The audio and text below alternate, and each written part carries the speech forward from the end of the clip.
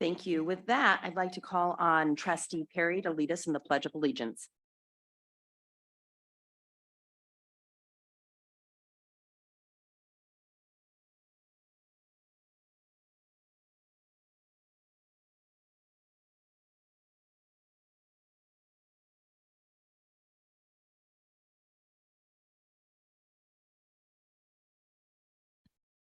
Great, thank you so much. Is there any discussion on the order of the agenda this morning, board members? Okay, seeing none, we will start with the president's report, which always I keep sort of brief. We had in TV, they sometimes have crossover episodes where a special star from one TV series stars in another. And we kind of got that yesterday in the Board of Governors with Michael Younger presenting to us. And I think it really just shows what we all know, that there is a broader good within the community college ecosystem that Calbright can serve. And I think yesterday we had a very robust discussion on workforce development, and it was so apparent to me kind of the expertise and really the innovative thinking that Calbright is leading that can help all of our sister colleges as they think through kind of how to better serve in this space.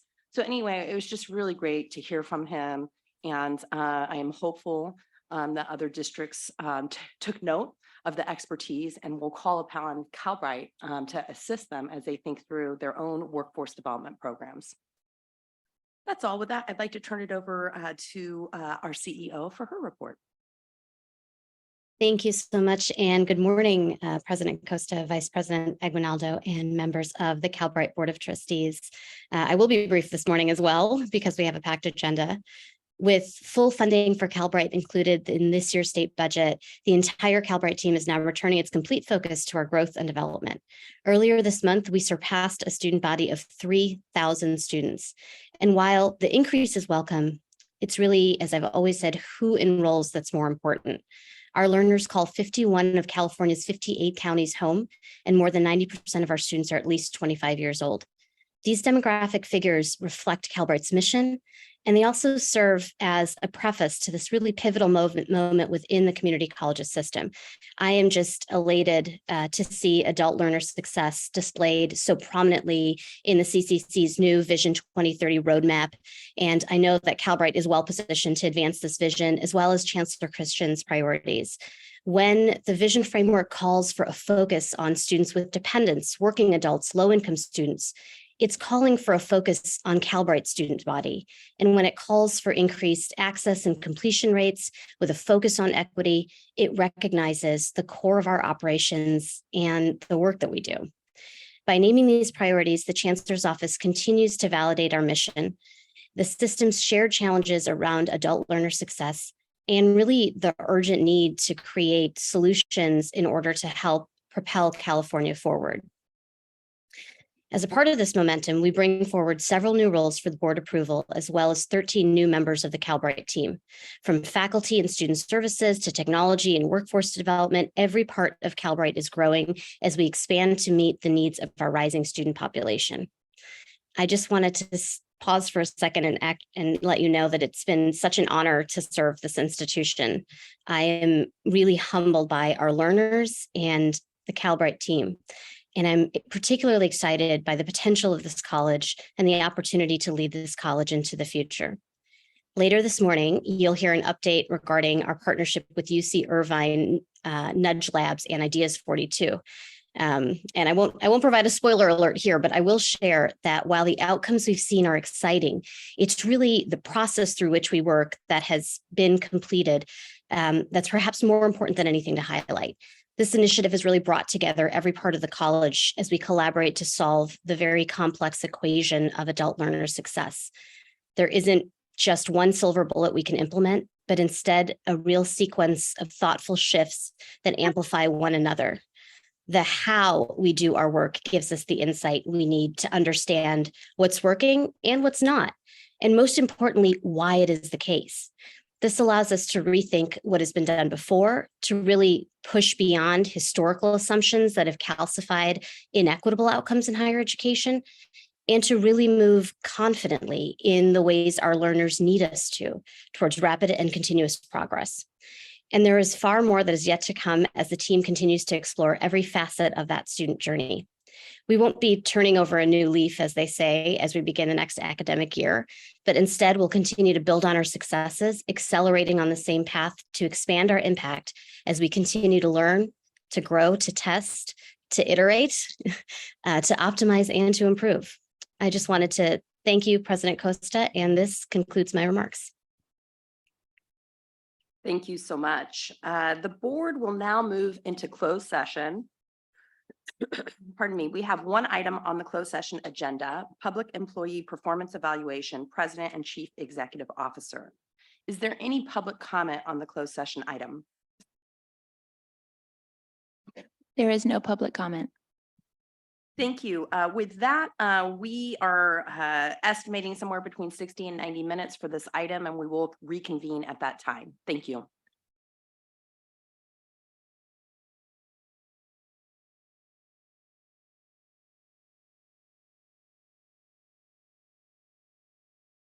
Great, thank you. Welcome back, everyone.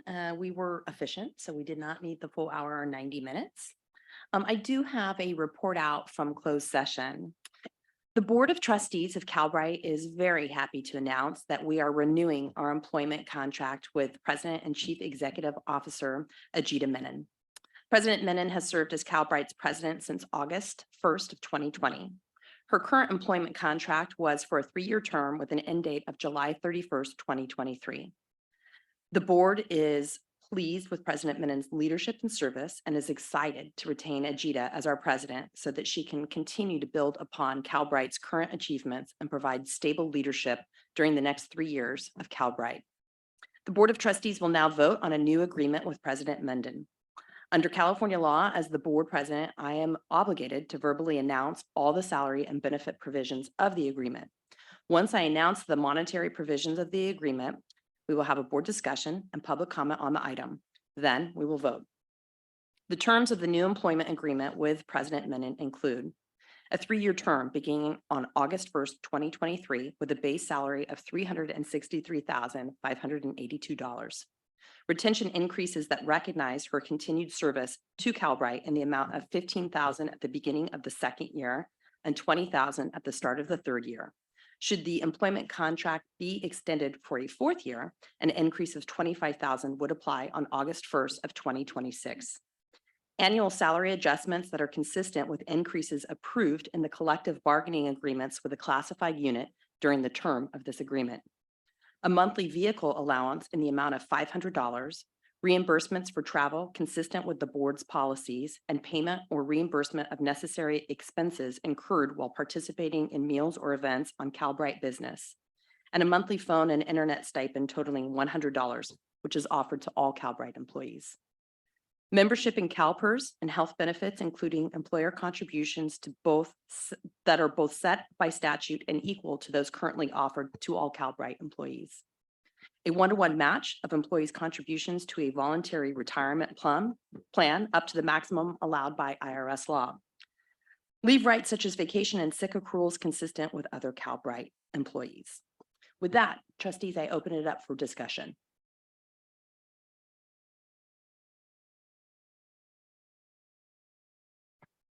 I move approval.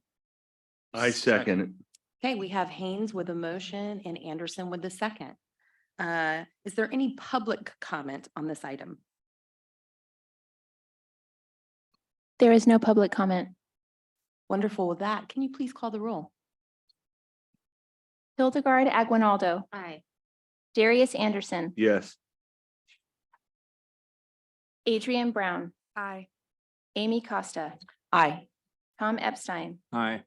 Felicia Escobar Carrillo. Aye. Jolina Grande. Aye. Pamela Haynes. Aye. Lieutenant Governor Eleni Kounalakis. Harry Legrand. Paul Medina. Aye. Jennifer Perry. Aye. Bill Rawlings. Mary Salas. Aye. Blas Villalobos. And Joseph Williams. Yes. Motion carries. Wonderful. Thank you so much. Our next item is the consent portion of the agenda, section 3. Do I have a motion for the consent agenda in whole, or do people want to separate it? Move approval. Second. All right, we have a motion and a second on the item. Is there any public comment on the consent agenda? There is no public comment. Okay, with that, can you please call the roll? Hildegard Aguinaldo. Aye. Darius Anderson. Adrian Brown. Aye. Amy Costa. Aye. Tom Epstein. Aye. Felicia Escobar Carrillo. Aye. Jolena Grande. Aye. Pamela Haynes. Aye.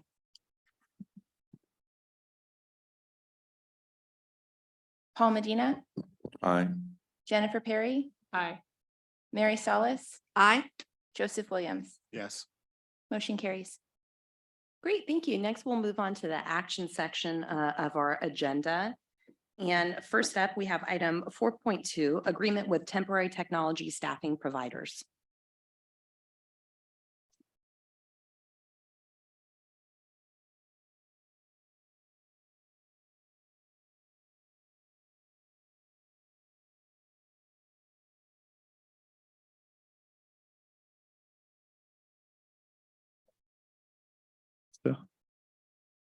Vice President Aguinaldo and members of the board.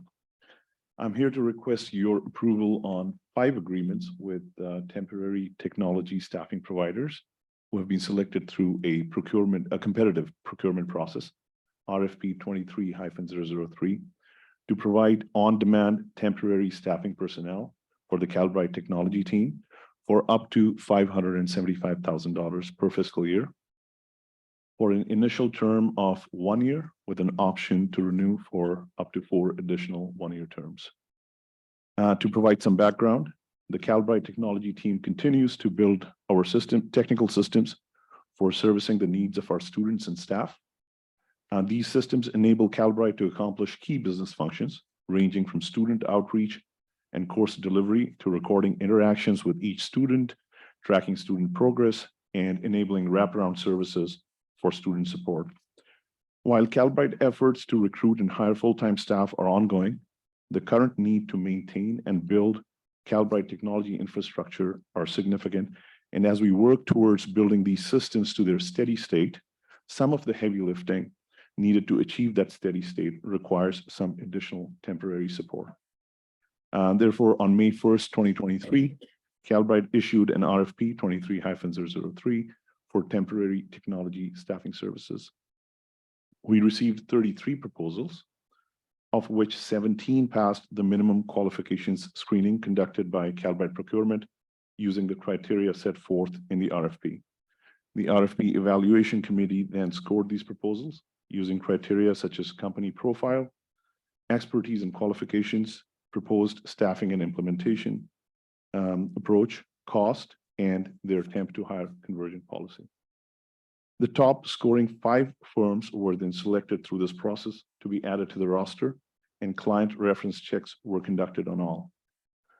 With the board's approval of these agreements, Calbright will have a roster of vetted providers from which Calbright can procure temporary resources with specialized expertise whenever needed. Working with these providers will help achieve time and cost efficiency in building out a technology platform, allowing us to adapt and scale with the evolving needs of our programs, our staff, and students during this startup phase. Staff requests that the board approve a cumulative expenditure of $575,000 per fiscal year under these agreements in order to have the ability to procure services as needed with an option to renew the agreements for up to 4 additional 1-year terms. Trustee Anderson? I had a question because you talked about ongoing, trying to find the right people to come on board. If so, then why are we going ahead and giving 4 1-year terms? Do you think, I mean, ultimately, will we have our own staff in-house, or are we going to continue to outsource these type of services? Absolutely. So we are, right now, we are building out the foundational technology platforms, and we are continuing to hire, making attempts to hire people for full-time roles. So, but these needs tend to be, they come up when any new system that we plan for, and we need some specialized skills around that, which tend to be of a short-term nature, projects for scope of services. So that's one. And then we anticipate that it will gradually go down also as we get to a more steady state. So, but we just have this, we want this mechanism so that we're able to bring on people as and when needed for these short-term services. Trustee Epstein? Yeah, I just wonder why 5 separate contracts? It seems like an enormous administrative burden. You've got to, orient each of these companies to what we're doing. I mean, what's the point of having so many different contractors? So, the idea is that when we spread our solicitations around on a larger vendor pool, we benefit in terms of the quality of the service because it creates the condition for a healthy competition amongst these providers. So both in terms of the cost, they'll provide better competitive cost structure as well as quality of services. The vendor pool idea is typically used by public agencies for just that purpose, to get better quality and better cost. And then we create a vendor pool of 5, so it's not too onerous to, if it goes beyond that, then it can be a little bit, like you're saying, burdensome. However, our contract is pretty much the language, except for a single clause around the temp to hire conversion policy, is pretty much standard with all of these. I'm going to confess, I know Can I add one thing? Sorry, I Sure. just wanted to add one small thing, which is because the pool exists does not mean we need to exercise options across all of the vendors either equally or all at once or ever. And so it gives us the ability to retain the flexibility to access whatever specialized, skills, talent needs that we have in the short term. But it doesn't keep us beholden to a single vendor. So by doing this upfront in an RFP process like this, we are able to maintain a pool like that. If you recall, we did something similar in the space of legal services. So for some of these specialized services where we're looking for specific things and want to have the flexibility to go to different vendors to access that, it allows us to have that flexibility without requiring us to pursue it through just a single vendor or to retrace our steps and have to do it all over again in ways that are inefficient. Well, I'm going to confess, I know absolutely nothing about technology. So, but it just does seem odd to me that you wouldn't get a better price if you concentrated it all on one vendor, and that, that vendor would become more of an expert in our system, just using one or even two. But I will trust you. I'll say I've really encouraged the staff to use this pool. It's very common in local government because your RFP process is so long. And the other thing is it does provide operational flexibility in these core areas where if one vendor doesn't have the time or the personnel, you have another choice and there's no break in service. And, in law in particular, it's very common because you might want to have a pool, and I'm assuming technology is the same, where you have a broad range of specialty. So like in a legal pool, you might have somebody who's very proficient in employment law, someone else who's very proficient in contract law, so that you have kind of one RFP that brings all of those expertise under one tent. Board Member Haynes and then Board Member Williams. So I'm going to just follow in agreement on that. Having served on a board of trustees in a district for 24 years, we do it because we hire for employees. We tend to keep them a long time. It changes, and one would expect that one would keep up with the training. That becomes an overall issue, but especially around technology. The challenge is that is changing, and the requirements of the state, the requirements of the industry, i.e. education, is changing quickly as well, and what those needs are. And so the difference is now community colleges have to hire those kinds of professionals or consultants over time at huge cost of anywhere from $500,000 to $1 million, $2 million. We're doing that with a CRM contract because we now have technology needs that cannot be reinvent it within our employee pool. And so, and that's going to ultimately be a 5-year contract that's $2 million. So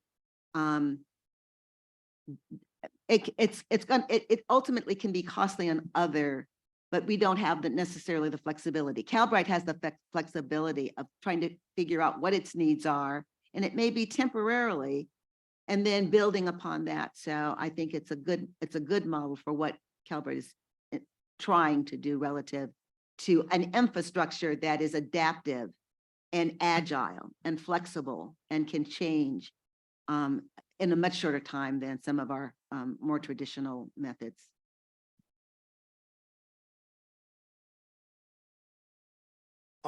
My question is just a little bit different. I'm still going to claim to be the new guy. I'm still fairly new, and we approve contracts and hear the conversation. For me, it would really be helpful to just experience some of the technology to see what the students see. Because it's a bit different than other colleges. You can walk into a classroom, and I still haven't experienced Calbright yet. And so it will help contextualize some of the business decisions that we're making. If I could have a way to interface with all of the technology that we are hearing about in the meetings. And so like, want to interact with it in some type of way. So if there was a way that we could arrange that we could actually experience the college, it would help me a lot, especially when I have to vote on a $500,000 item, then, I can put it in context. Absolutely. So we're building a lot of these systems right now. So we have a delivery mechanism for the students through a student portal, for example, where they access all of their learnings and added services. What we're doing right now is we're working on transforming that into a much better digital experience. And so a lot of the work that I mentioned here is in that direction, building the backend systems that will serve that student experience, a better student experience, as well as on the front end, making it more attractive to the student through their learning experience. And I'll make note of this. We'll certainly try to do a demonstration of that in the near future as we get it to towards a steady state. Trustee Salas. So I just want to mention that I'm fully supportive of this item for a lot of the good reasons that some of the trustees have already mentioned. Serving in local government for the years and years I did, it's very common to take a pool of different disciplines and businesses and have that as a source of immediately being able to contract with somebody instead of, like you said, going through the RFP process.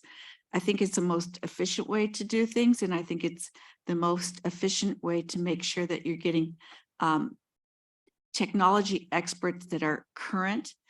Because I know with our own IT department in the city and really even in the state, is that they're I don't want to say they're backwards, but they're not versed in the most current They're the technology. legacy systems was what we called them. Is that what you call it? Right. And so they're used to repairing and fixing the systems in place, not the innovation. And so I think that that for that reason, I think this is a very, very solid way to go. And I'm fully supportive of this. And I would love to offer the resolution. Great. Before we do that, I'm going to open it up. Okay, so we have Salas with the motion, Anderson with the second. I'd like to open it up for public comment on the item. There is no public comment, President Costa. Great. With that, can you please call the roll?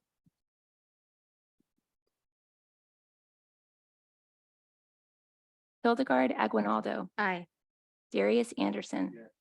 Adrian Brown. Aye. Amy Costa. Aye. Tom Epstein. Aye. Felicia Escobar Carrillo. Aye. Jolina Grande. Aye. Lieutenant Governor Eleni Kounalakis. Aye. Paul Medina. Aye. Jennifer Perry. Aye. Mary Salas. Aye. Pamela Haynes. Aye. And Joseph Williams. Aye. Motion carries, President Costa. Thank you. With that, colleagues, I'd like to backtrack slightly and go back to our first item coming out of closed session, item 4.1. I'd like the liaison to open the roll for members who weren't present to add on to the vote. Thank you, President Costa. I'd like to offer an aye vote on the last item. So recorded. Thank you so much, Lieutenant Governor. Next up on the action agenda item, we have item 4.3, which is a presentation on the executive committee meeting dates for 2024.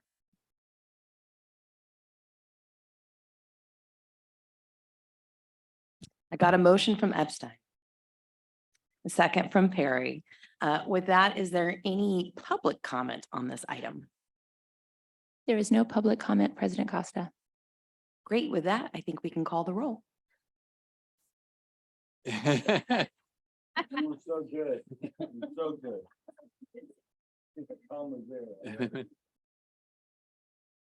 Hildegard Aguinaldo. Aye.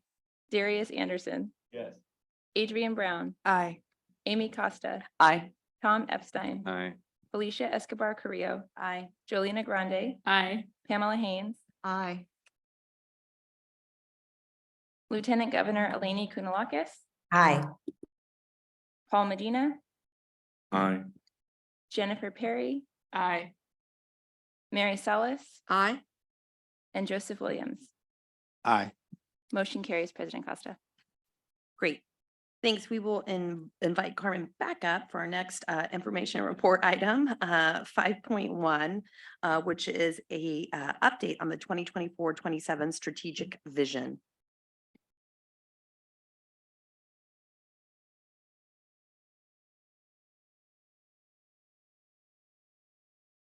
All right, good morning. Can you all hear me? Yes. Perfect. Good morning, President Costa, Vice President Aguinaldo, and trustees of the board. As you may remember, this past May, we had two members of the People Rocket team, Mike and Ari, walk us through the process and timeline for the Calbright 2024-2027 strategic vision. Michael Templador, Associate Principal Designer, and Ari Kurtz, Senior Principal Designer, have both joined us this morning. And this time they're joining us virtually to provide us with updates on the strategic vision timeline, walk us through some preliminary research findings, and give us a glimpse into what is happening next. Though Mike and Ari will also allow time for questions at the end, please consider this conversational presentation. All right, Michael and Ari, are you both on the line? We're here. Yes. Thank you, Carmen. Wonderful. And President Costa, Vice President Aguinaldo, members of the Board of Trustees. It's a pleasure to be here with you today to update you on progress on the next Calbright strategic vision.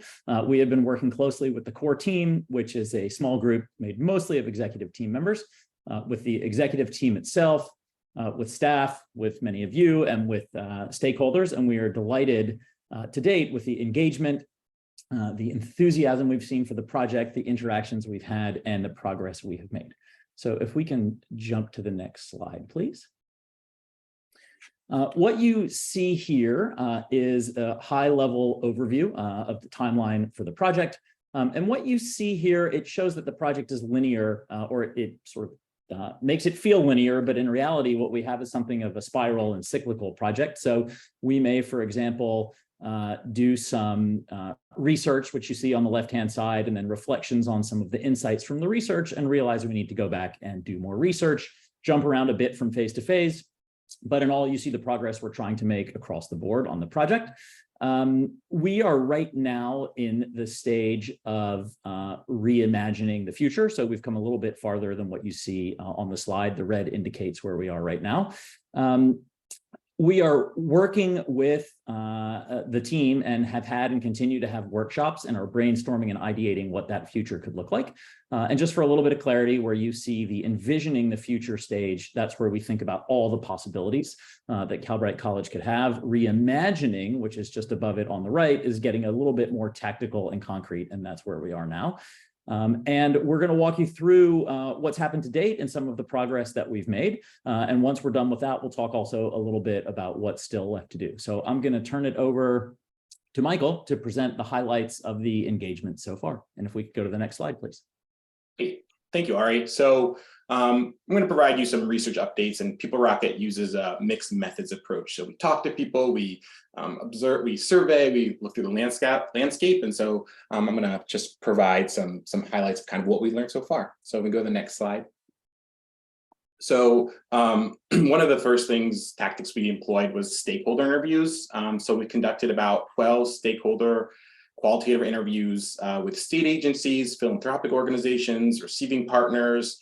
And a lot of these questions really are about exploring their views, experiences, beliefs, and motivations, and all kind of trying to get under like, what are the strengths, opportunities, and threats for Calbright?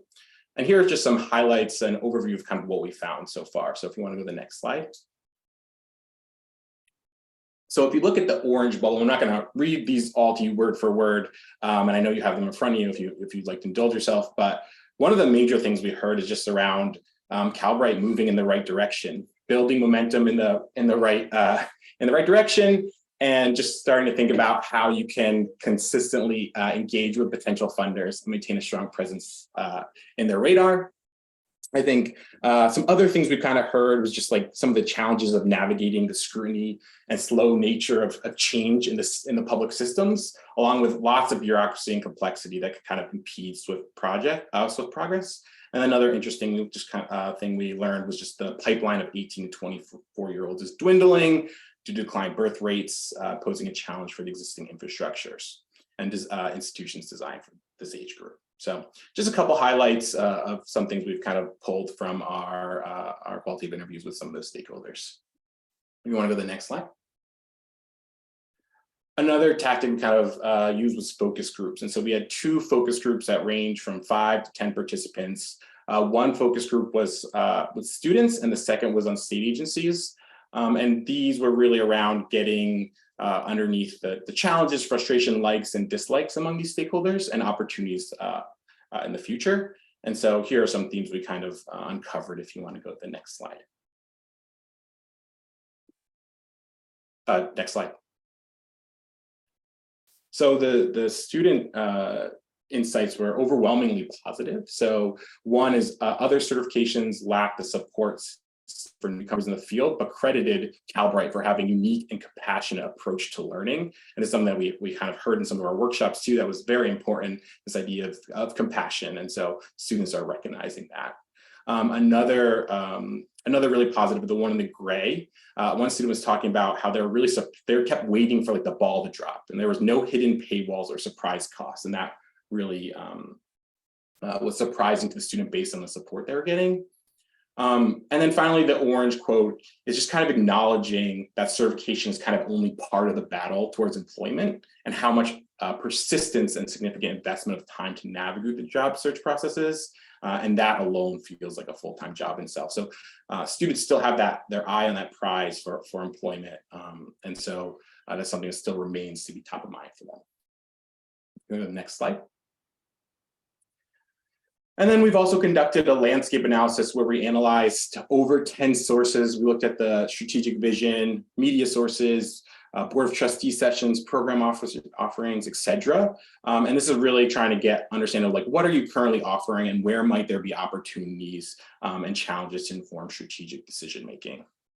Next slide. Here's a little sample of one piece of the landscape analysis. So one thing that we thought was really exciting, and I think was well said in the beginning of this meeting, was that Calbright's diverse demographics across identity and geographics really match their mission. So that's you can see through the analysis of demographics and geography that the students represented are well diverse in geography and in race as well.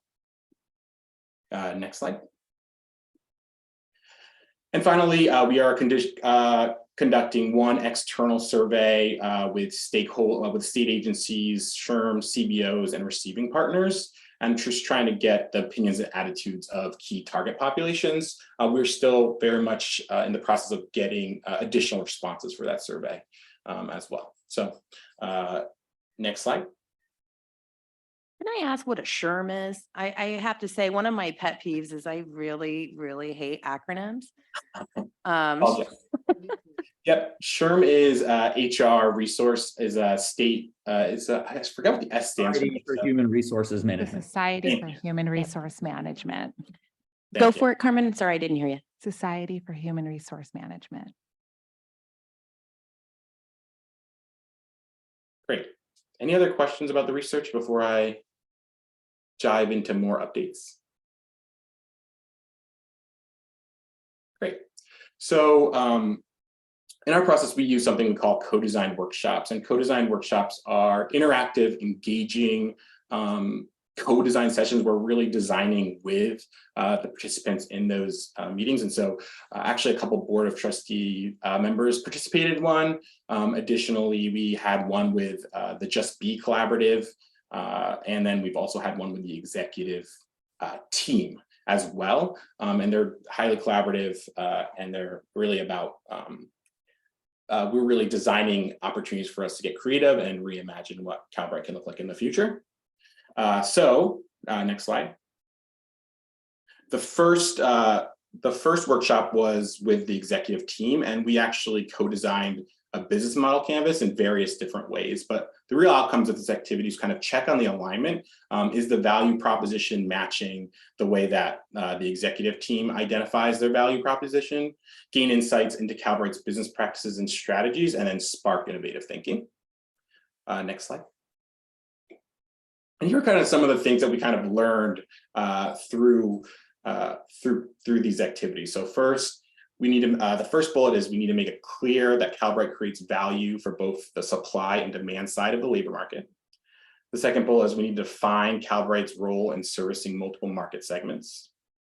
Third bullet is Calbright will likely need to identify new revenue streams. The fourth bullet is Calbright is well positioned to use technology to continue supporting students. And the last bullet is Calbright recognizes the need in the next strategic vision to articulate its operational goals and priorities.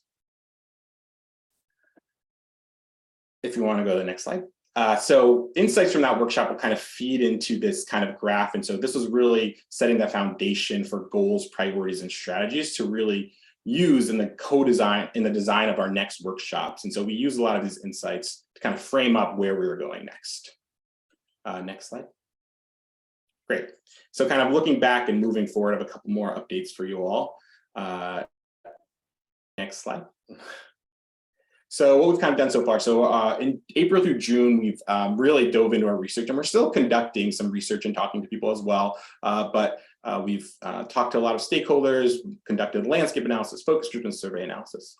Since the business model canvas workshop, or workshop 1, we've conducted 2 additional workshops. One, as I said, with the Just Be Collaborative, and one with the executive committee on the Board of Trustees. And we've really started drafting out potential goals and areas of focus for the next 3 to 4 years. And then we've been meeting weekly with the core team, which is a collaborative of both People Rocket team members and Calbright team members to really make critical decisions, continue to help this community engagement, and give the People Rocket team the feedback needed to kind of move the strategic vision forward. Next slide. What's next? So we have one more additional co-design workshop with the executive team, where we're going to get additional feedback on priorities and goals, as well as starting to begin to draft and brainstorm some strategies.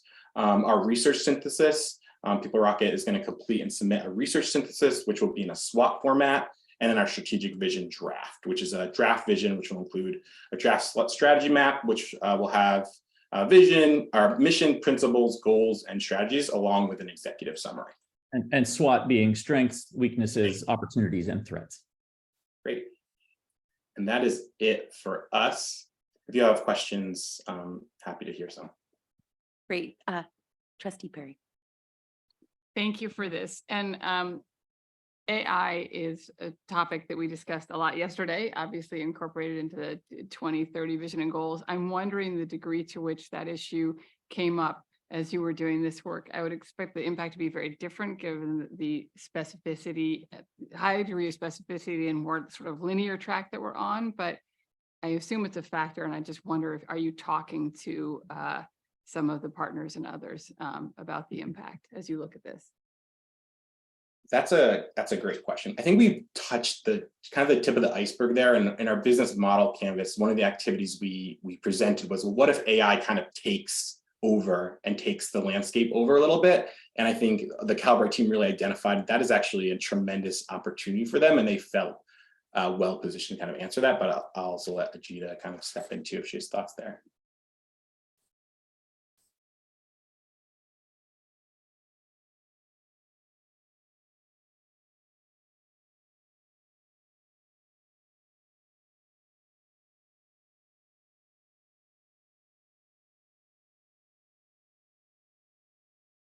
I feel like there's maybe a lag or something. She's moving, but can I ask? Yeah. We'll So- go to Trustee Williams and we can circle back. So at the last meeting, so how was it decided that the strategic plan would go through the executive team? Because like if you're not on an executive team, you really don't have a way to weigh in on this. I How don't know did if we we- have the timeline slide, but there will be for the full board. So in the whole timeline of this, the executive board was one of the stakeholders. There will be, and Carmen, you can speak to it, I believe a couple interactions with the full board. But it kind of throws it off a bit to have like, you know, some board members see it first and involved, and then we kind of get it afterwards. Like, we don't. Yeah, we didn't see anything, just so you know. It was very similar to the process that they laid out, where it was really more about us asking us questions and them collating some of our responses. But I'll let the team speak a little bit more to the comprehensive timeline, which does include interaction with the full board. Yes, that's correct. So I believe maybe a few months ago when we brought the timeline to the board, there was going to be there's going to be interaction points throughout all the way up until November, when we bring the actual strategic vision back to the board for you all to approve it. And so I believe it is November is the full board. So that means September, I think it is. No, October, sorry. Whenever the next full board meeting is before the November board meeting, we'll be bringing it back for you all to weigh in. And at that point, we'll have a full draft of the strategic vision for you all to weigh in on. Yeah, I think the most important I thought thing we to were gonna be highlight put it too on is the that there's a, sorry, I think that the most important thing about this to highlight is that the feedback comes in an asynchronous way. The synthesis happens on an evolving and going forward basis. So there's not like you'd have it in a committee, a static document, and then comments and reactions. There's a very fluid process by which we're kind of collecting the data and pulling in opportunities for different folks to have feedback based on the cadence of meetings that are already set up and in existence, as our cadence on board meetings and executive committee meetings. So each month we get to progress forward, and there'll be different opportunities for folks on the full board to have touch points and feedback.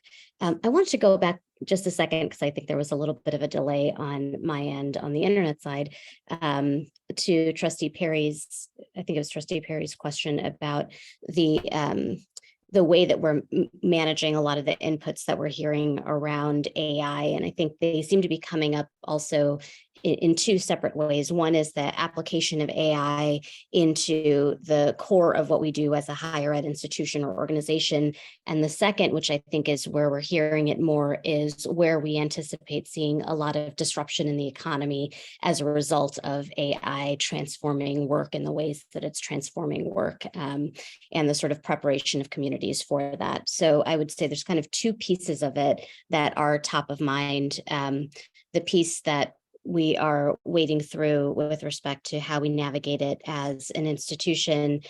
We are at the forefront of a lot of those conversations that are happening across higher ed, to really try to wrestle with the application of technologies and being responsible and judicious and thoughtful about its application within the higher ed context to the work that we do. And we're also being really thoughtful about the way that we think about preparing students for the AI future and the way that it is disrupting industries, and our focus not just on our new pathways, but also on the integration of really durable skills in the context of those technical skills trainings that are in the forthcoming pathways has a lot to do with, our belief or understanding what we're hearing from folks about the way that different industries are transforming.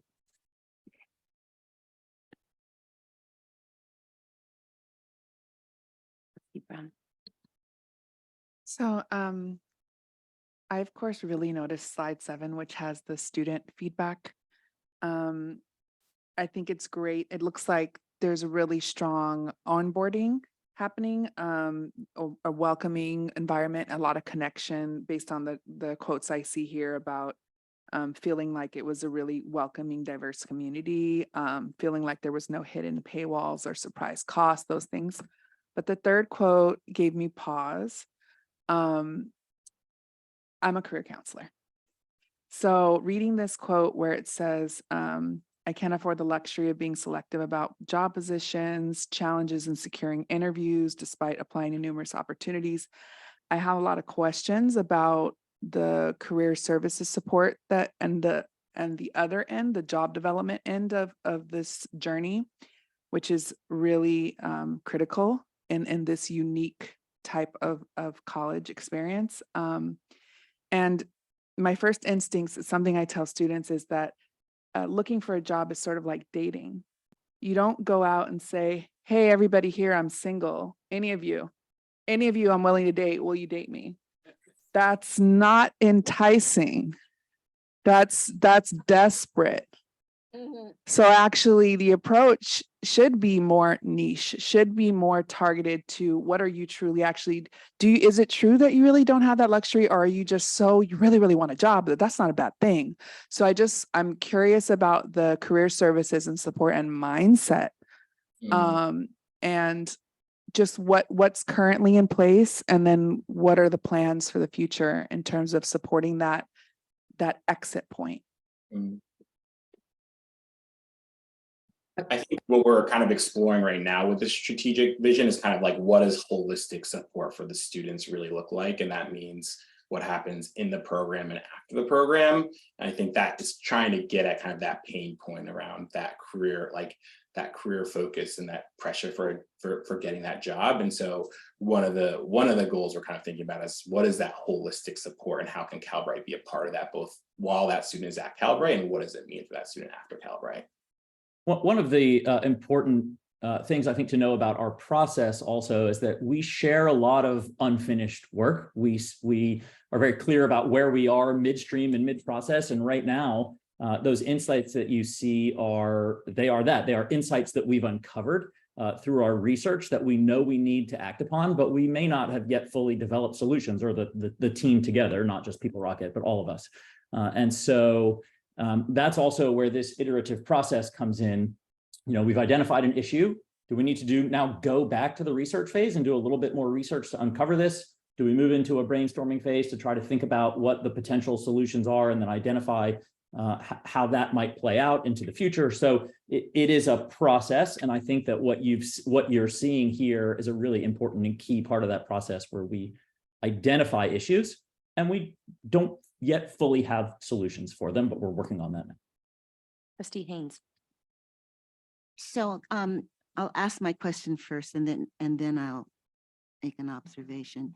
So I know that the Board of Trustees gets data from Calbright that identifies by region the number of job openings in a particular field that we have linked to the courses that we're offering, the programs that we're offering, the certificates that we're offering. And so I'll put my question now. Do our students who are in these programs have access to that kind of information as they're making their decisions, or at least while they're in the program, to know? Because for me, as a trustee, that would be key. And I don't know that any community college does it as well as Calbright relative to, we have 2 or 3 programs, 4 programs in which there are tens of thousands of jobs in a region. And when you look at the community colleges that are offering that program, It's either one or none. So for me, that would be some reassurance if I'm a mother with children and I gotta have a job. And this sounds like it's going to be a really good one because when I go out, it's industry specific. I can figure out what that looks like. I can then say, all right, there may be a whole lot of candidates, but I'm one of them. I think that's the piece that can be missing, that because jobs are indeed, we would like to have, a career center where we point you to a job, but if we're providing that information ahead of time in a way that they can be making their decisions on that salary, does it have I'll call it a ladder, career ladder, and there are a whole lot of jobs out there. That gives me a little more confidence in it. But you can speak to it better than I. I was say, how does Brenda get a job, Michael? That's right. If I may, Michael Younger, Vice President of Workforce Strategy and Innovation. I appreciate the question from both Board Member Haynes as well as Board Member Brown. As it relates to our programs, as you all know, they are structured based on the labor market information, specifically region, statewide, across the board. And we build our programs based on the emerging need. So you're absolutely right. What this process and strategic visioning process is doing is identifying where gaps exist. And so we're evaluating our student journey from the very onset to the actual end. And so to your great point, building in those elements that empower our students to know what their job opportunities are from the very beginning. And so working with our incredible VP of Learning and Instruction, Dr. McCarty, and as well as our Career Services Vice President, Don Orth, we are building that infrastructure to ensure that they're empowered. And I really appreciate that question because this process is identifying that there's still work to be done. But at least our eye is on the target. It truly is on the target of building this comprehensive student journey that allows for empowerment, because that's what we're doing. The demographics that we're so grateful to support, they need the empowerment, the network building. They need an idea, a glimpse into their future. And so that's what we're trying to create as a part of this process. I'd love to add one more thing, which is if you hear from Don's team who are on the front lines of providing the services to students in particular, one of the most challenging things that is experienced is building in the resiliency for folks to know and to understand you're going to get many rejections before there is a securing of an employment opportunity, right? There is a difficulty, a grit to this process. We want you to be prepared for it. This is what you can expect in going through the search process. Don't be discouraged. Giving folks an understanding of and picture for what that experience is going to be has been a significant part of the coaching support that Career Services has often been engaged in. And I found that to be really insightful as well. So as we develop the services, the viewpoints and the perspectives that students raise up are so important to us to know how to continue to evolve our responsiveness in the way that we're supporting learners, both through direct intervention, but also in the way that we modify our support and coaching activities. So I just wanted to kind of highlight a little bit of the relationship between the way that the feedback from students themselves is reflected in the way that the broader vision is oriented, is laid out, and also more kind of transactionally in the way that we see a future for modifying our services on an ongoing basis to evolve with what students are actually experiencing out there in the job market. Great. Any public comment on this item? President Costa, there's no public comment. All right. Thank you so much for the presentation. Appreciate it. Next up on our information and report section, we have item 5.2, the Calbright College University of Irvine Partnership Update.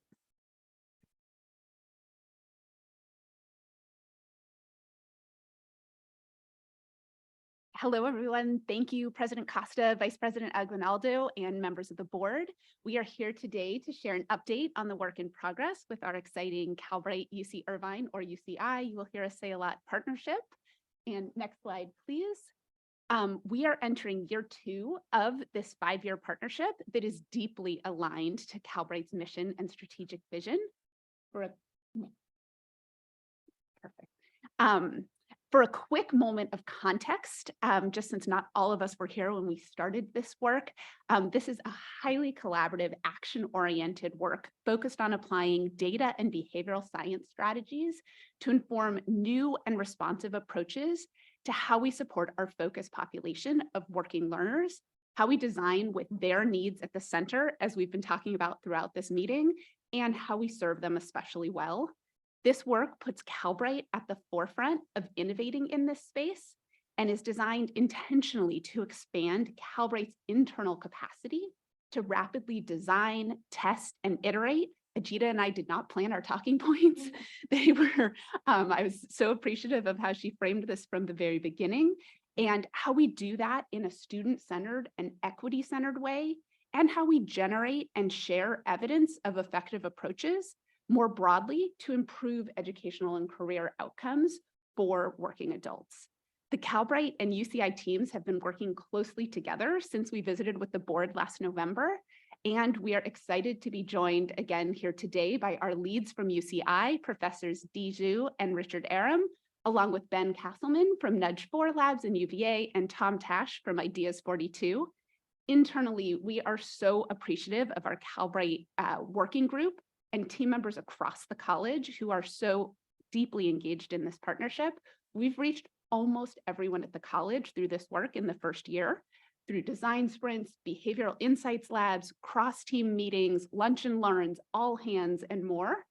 And today we'll hear a bit more of the work overall at a higher level, and then dive deeper into the design sprints and the timeline work, which are already having a measurable impact on student outcomes. One quick note as we frame the conversation, which Ajita mentioned as well, equally as exciting as the impact of the timeline work is the process itself.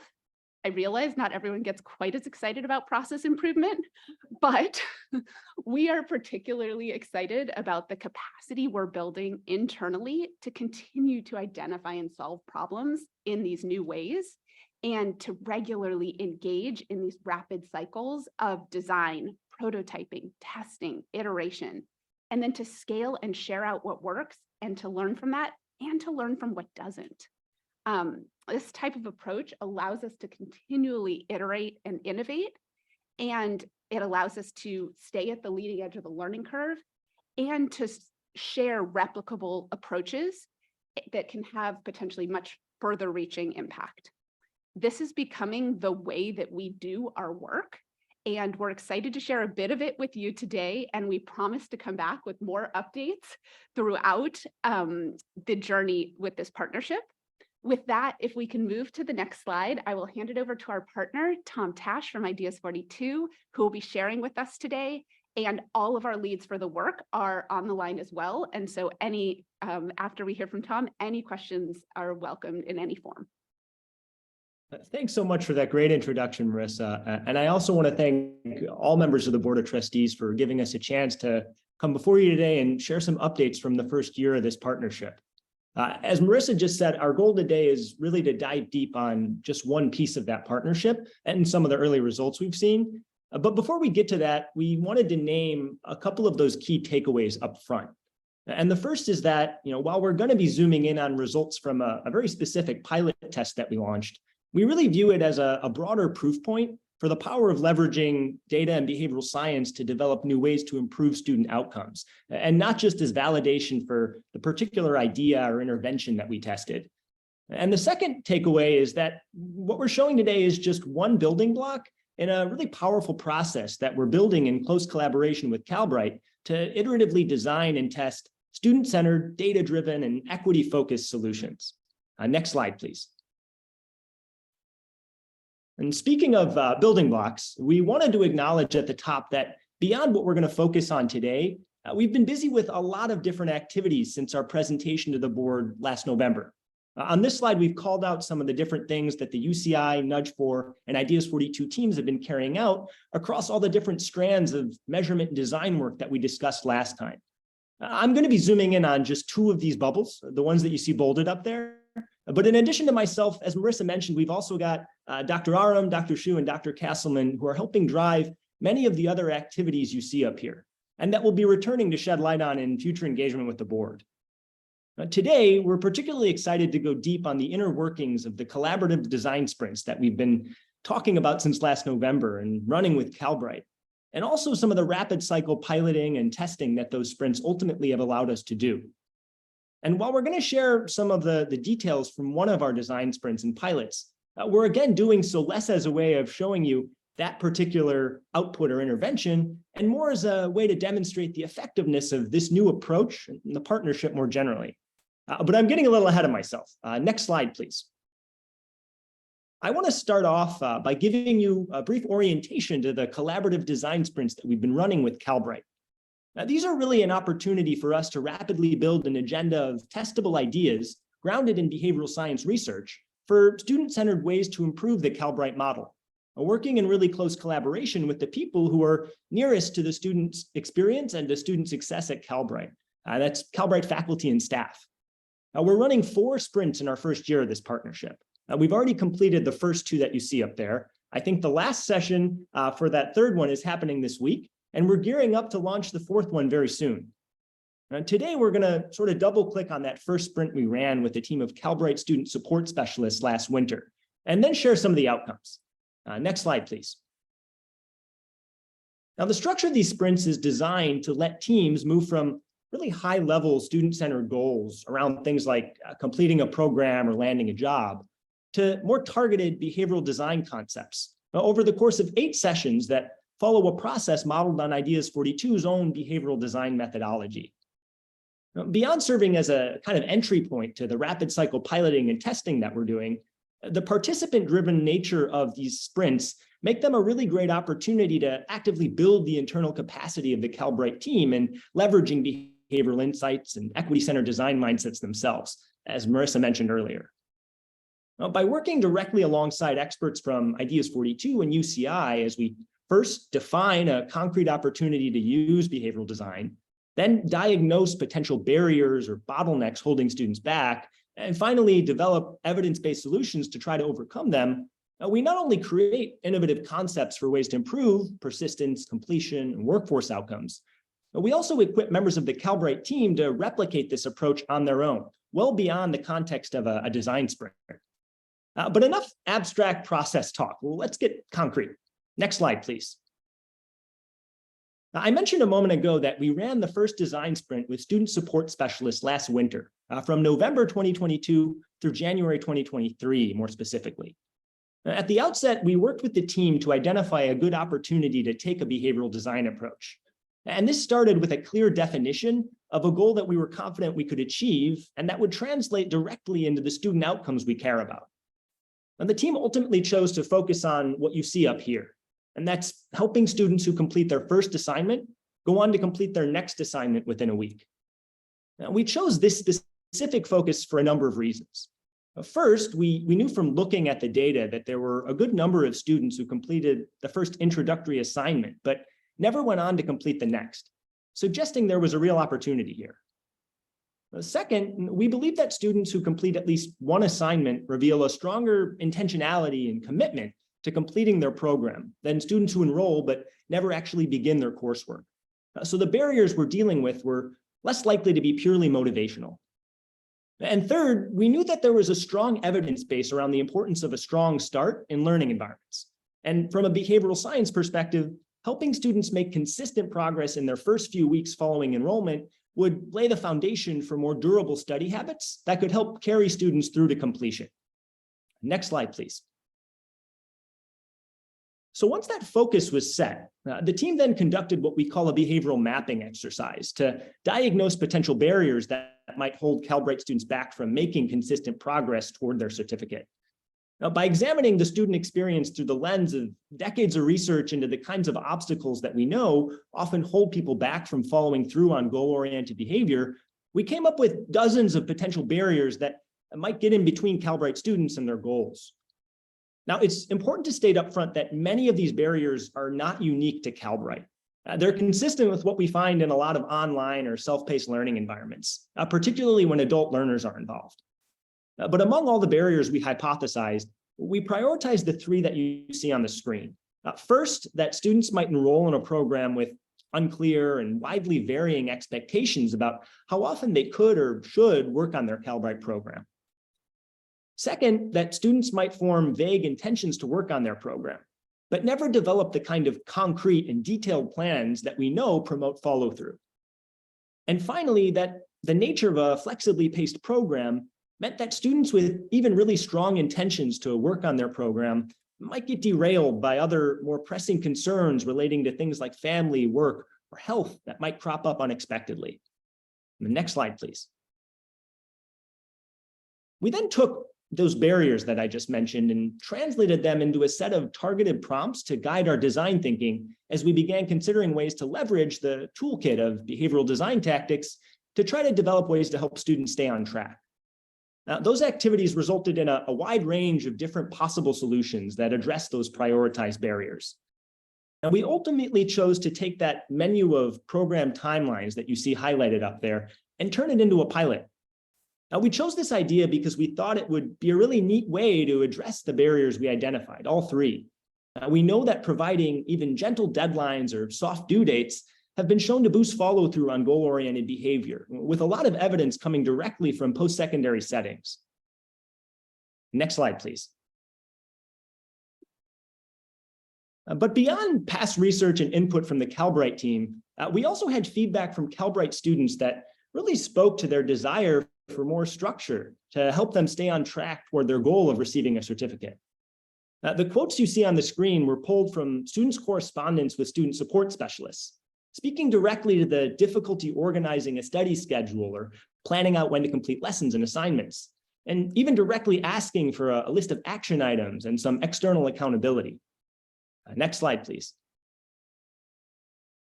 So to address this gap, we wanted to create a set of voluntary, non-binding timelines ranging from as short as 2 months to as long as a year, and then guide students through their selection of the best one for them. Now, these timelines would be based on data from past program completers, who we know move at very different speeds, to make sure we were giving students realistic roadmaps toward completion. And critically, they would pave the way for regular outreach from Calbright faculty and staff, who would now be able to check in with students based on how they were progressing relative to their chosen timeline, letting us measure a student's progress relative to their own self-set goals in real time. Next slide. But obviously, there's a big gap between a high-level concept like that and something we can actually implement and test in a real Calbright program.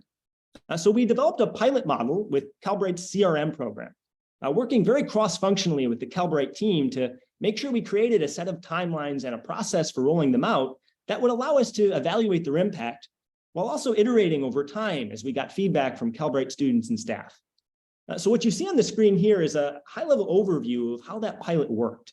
Now, over the course of 11 weeks, from late April through the end of May, we piloted the timelines with a subset of students who enrolled in the CRM program. Now, all students, regardless of whether or not they used timelines, they had access to the full range of Calbright resources and supportive services.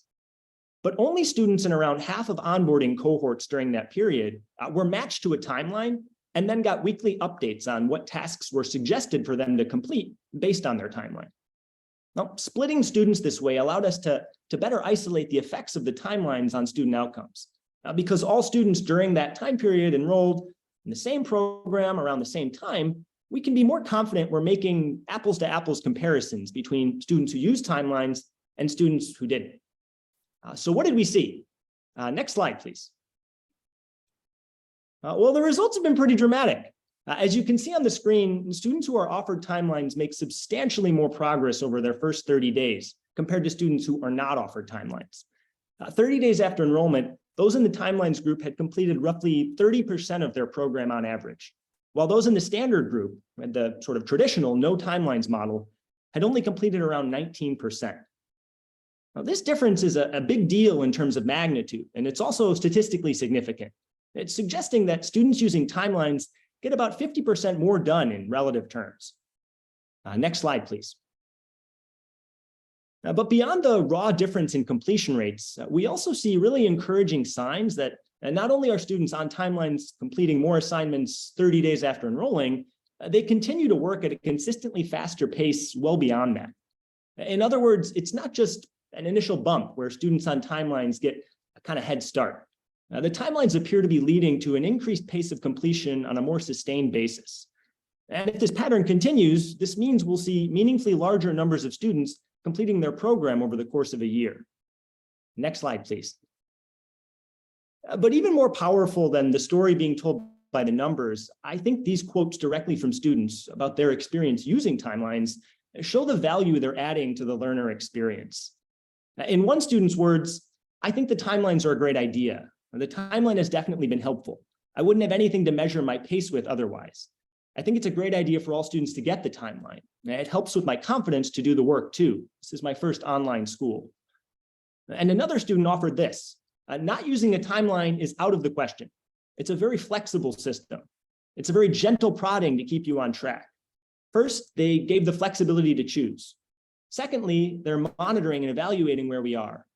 Thirdly, they're giving us flexibility to change. And there's weekly feedback on where we're going and how we're doing.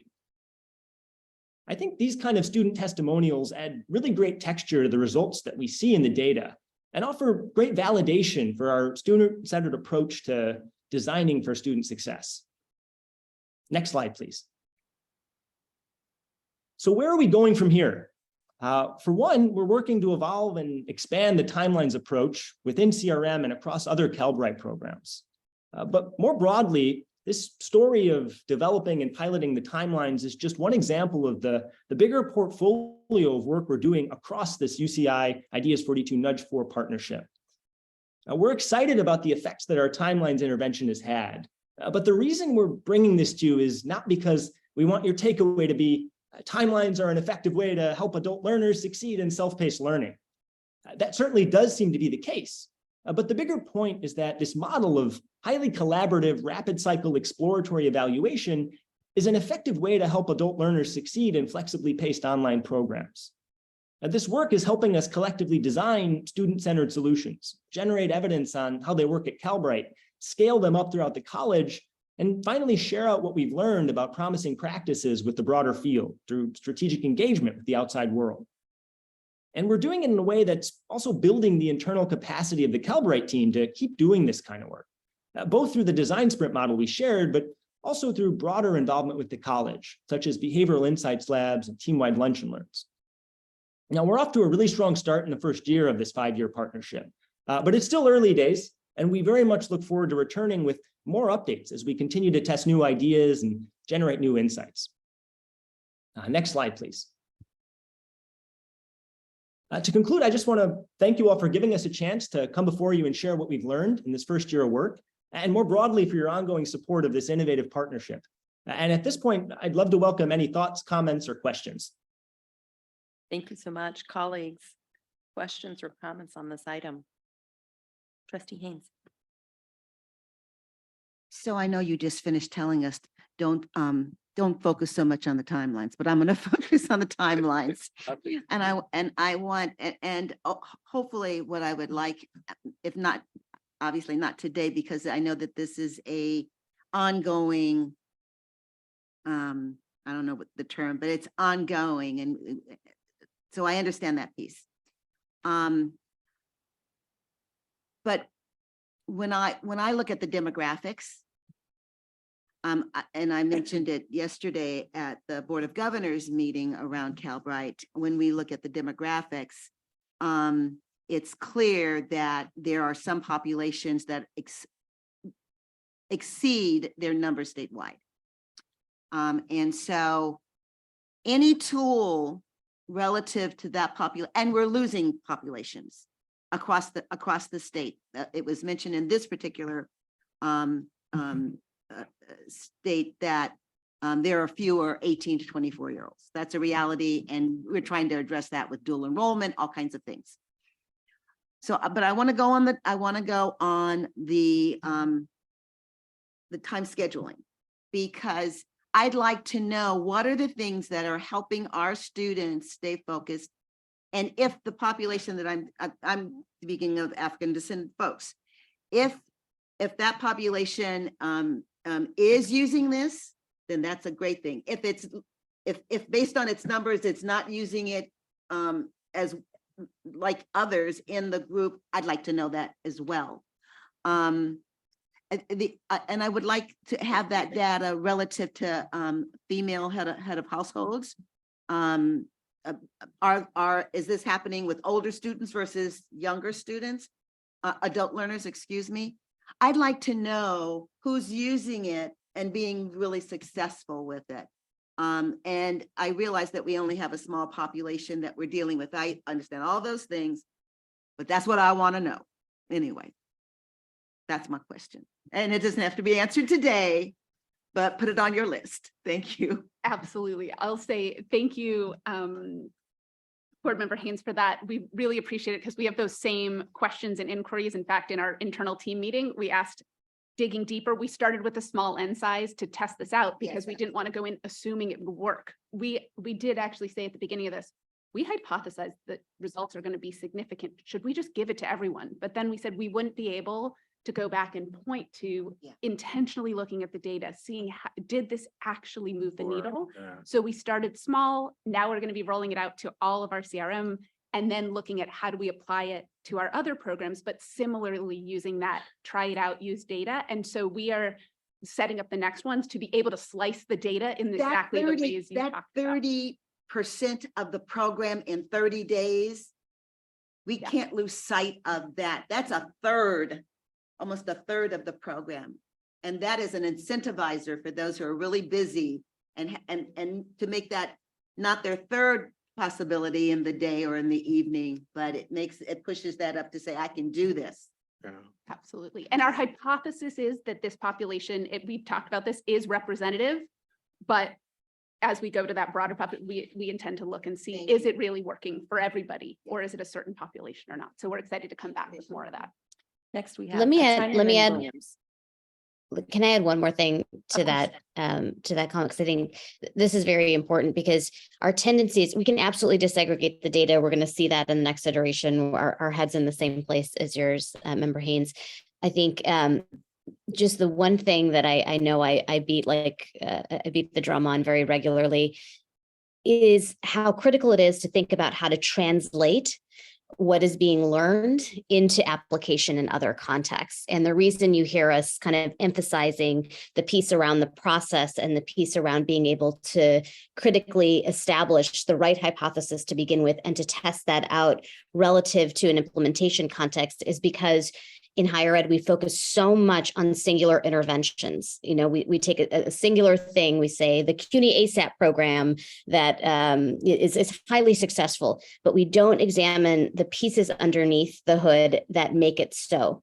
And we don't understand relatively what has the greatest type of impact unless we create the conditions for the way we do our work to change. So the reason this is effective here does not automatically translate to the operating context at another institution. So what's important, if we were to say, is the most critical translatable learning in this moment, it is for institutions within our system and across higher ed to take that critical look at their learner population, right? Understanding how to create the conditions under which they try out an intervention, but instrument to determine whether it is actually effective before advancing and asserting the success of it. Because even if we look at input and then outcome, if we don't know why we've reached the outcome we've reached, then we will not know or understand how to progress that outcome.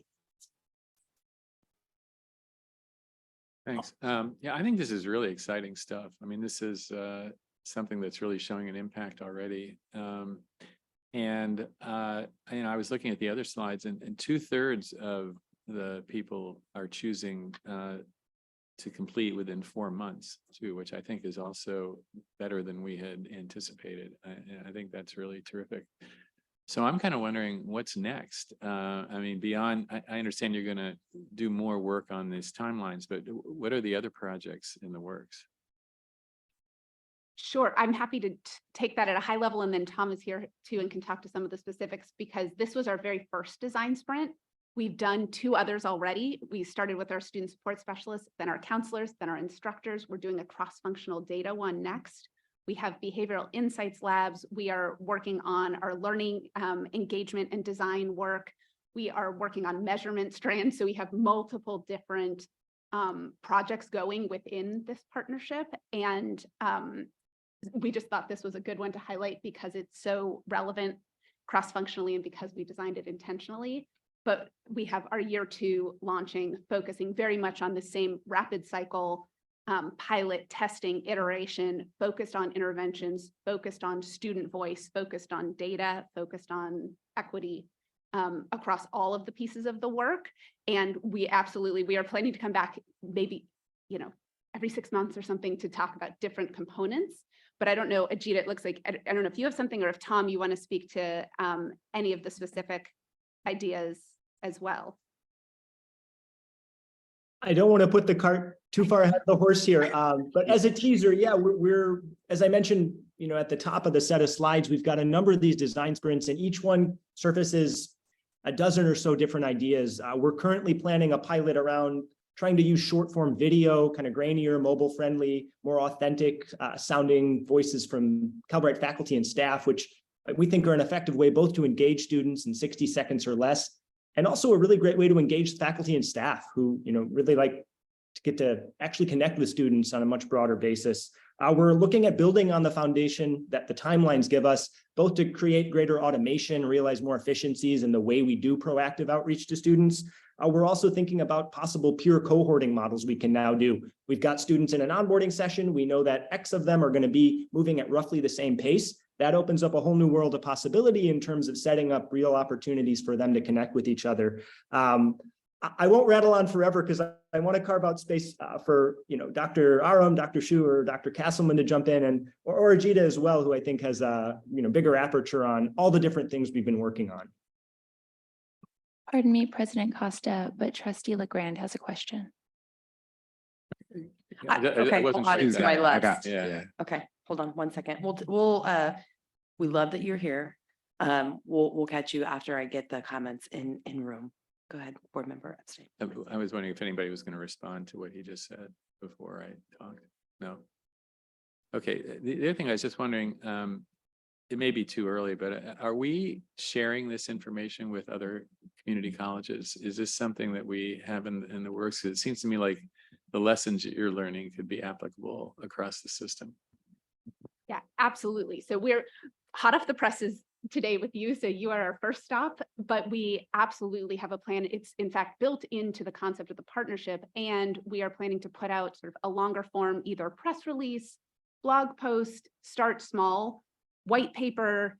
And then we have talked together with all of our partners at UCI and Nudge Labs and Ideas 42 as well about over time. I don't want to overpromise, these are ideas, but convenings and other ways that we can, conferences where we can be sharing some of this.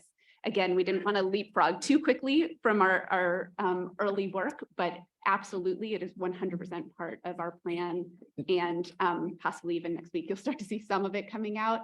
And just a side note too, we have intentionally throughout the work been documenting and capturing things across that we will be able to share. And so each time there are some insights that are meaningful to us, we're trying to capture those so that they will be more easily shareable. And to the extent that we partner with anyone in a deeper way, we're able to share that more broadly too. Next, we have And I'll just add one more thing, which is we've also, this is things that we'll regularly share out with the Chancellor's office, and is very aligned with Chancellor Christian's focus on the adult learner population. So we've also begun to engage more closely with other institutions who are similarly prioritizing this community of learners. And so there will be additional forums and opportunities, I believe, to share out this work and also to engage with other sister institutions around this work. Thanks. Williams, Aguinaldo, and then Grande. I say if the other institutions are not in California, sell them the information. I was just thinking about other, like, especially practitioners that are involved in the completion agenda. This would be a really good like masterclass, because we generally don't talk about throughput in this same kind of way that you displayed it. And so it could be really helpful to other institutions. I've been really pressing in my district around unrestricted revenue. And so like you guys could really do consulting for other colleges on how to look at, you know, student completion. I was thinking about my Audible app. So when I listen to books, it'll send me a badge and say, hey, you're a weekend warrior. It does all of these different things to encourage me to keep listening to the books. And so, yeah, it works. But I wonder, do we have the capacity to compare people who pay for the Salesforce certification versus like how long does it take them to complete? You know, like, so because LinkedIn offers a sales, I don't know if LinkedIn has a Salesforce certification, but people pay to go get the Salesforce certification.